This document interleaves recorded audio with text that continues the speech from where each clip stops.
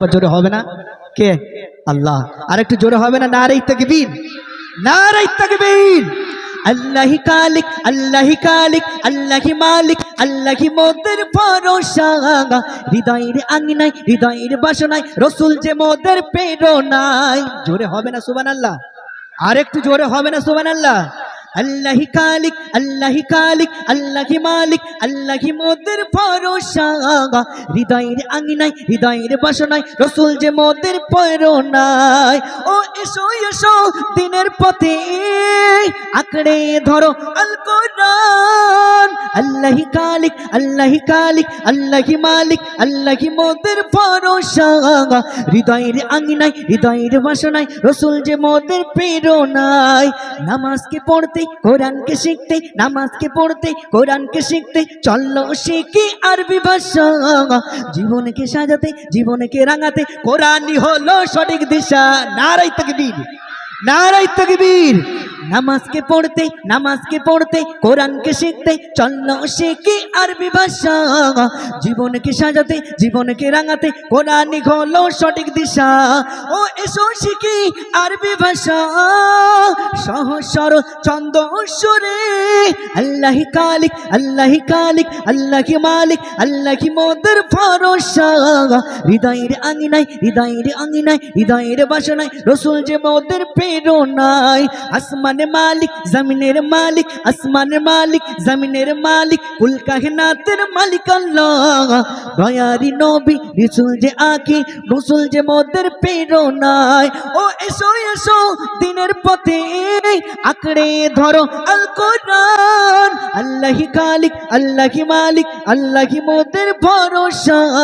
হৃদয়ের আঙিনায়, হৃদয়ের বাসনায় রসুল যে মোদের প্রেরণায়। আল্লাহি কালিক, আল্লাহি মালিক, আল্লাহি মোদের ভরসা।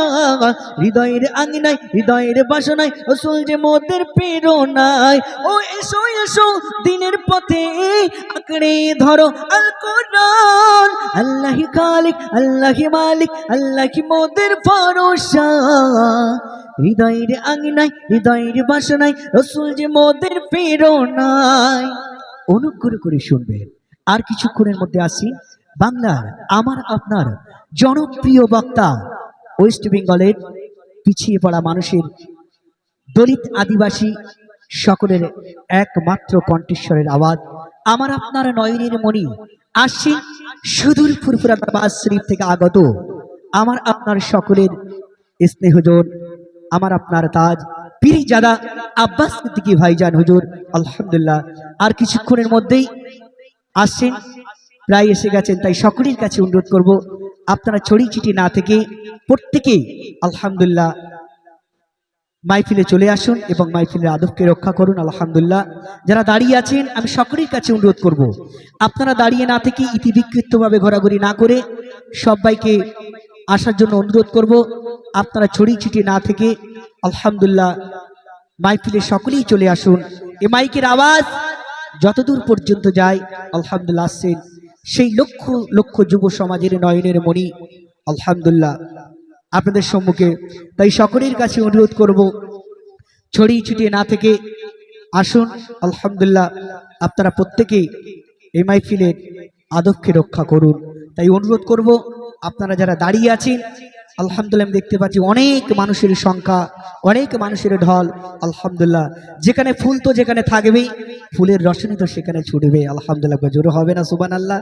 তাই আসছেন, আর বিলম্ব নয়, আর কিছুক্ষণের মধ্যেই আসছেন তাফসীর নিয়ে বাংলার আমার আপনার জনপ্রিয় বক্তা, আমার আপনার গরিব দুঃখের কণ্ঠস্বরের আওয়াজ, গরিব দলিত আদিবাসী হিন্দু মুসলিম সকলের ভ্রাতৃত্ববোধের কণ্ঠস্বরের আওয়াজ পীরজাদা আব্বাস সিদ্দিকী ভাইজান আসছেন।